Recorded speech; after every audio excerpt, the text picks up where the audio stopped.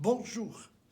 Pendant ce carême, la parole de Dieu nous invite à nous dépouiller de tout ce qui nous encombre et à accueillir les mains nues ce pardon que Dieu nous offre à chacun, quel que soit notre vécu. Laissez-vous réconcilier avec Dieu. Mais, comme vous le savez, beaucoup refusent de recevoir ce sacrement qui nous réconcilie avec Dieu et nos frères. Pourquoi ? Beaucoup disent « je n'ai ni tué ni volé et je suis fidèle à mes engagements quotidiens, donc je n'ai pas de péché ». D'autres avouent que cette démarche est inutile, elle ne changera rien, puisque demain même je recommencerai. Et puis, pourquoi dire ces péchés à un prêtre ? Le prêtre est un pécheur, comme nous, parfois pire que nous. Il me semble que dans ces réflexions, nous ressemblons aux pharisiens de la parabole que Jésus a racontée et qui étaient tellement contents de lui qu'ils se permettaient même de mépriser les autres. Trop souvent, a dit samedi, le pape François, nous pensons que la confession consiste à aller vers Dieu la tête baissée.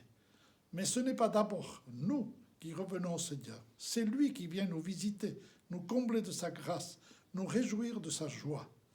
Se confesser, c'est donner au Père la joie de nous relever.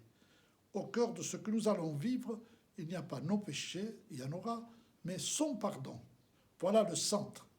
Essayons d'imaginer si au cœur du sacrement se trouvaient nos péchés, presque tout dépendrait de nous, de notre repentir, de nos efforts, de notre engagement. Mais non, au centre, il y a lui, son amour qui nous libère et nous met debout. Redonnons le primat à la grâce et demandons le don de comprendre que la réconciliation n'est pas d'abord un pas que nous faisons, nous, vers Dieu, mais son étreinte qui nous enveloppe, nous étonne, nous émeut. Nous en avons besoin, car chaque renaissance intérieure, chaque tournant spirituel commence à partir de là, du pardon de Dieu. Ne négligeons pas le sacrement de la réconciliation, mais redécouvrons-le comme le sacrement de la joie. Ce sacrement, vous le savez, a bouleversé la vie de beaucoup d'hommes et de femmes que nous célébrons aujourd'hui comme des saints. Rappelons-nous cette rencontre que le père Huvelin avait faite avec ce jeune homme de 28 ans, Charles de Foucauld, qui voulait discuter avec un prêtre parce qu'il se posait des questions sur la religion. Le prêtre lui demanda de se mettre à genoux et de se confesser. À partir de là, nous savons que sa vie va totalement changer.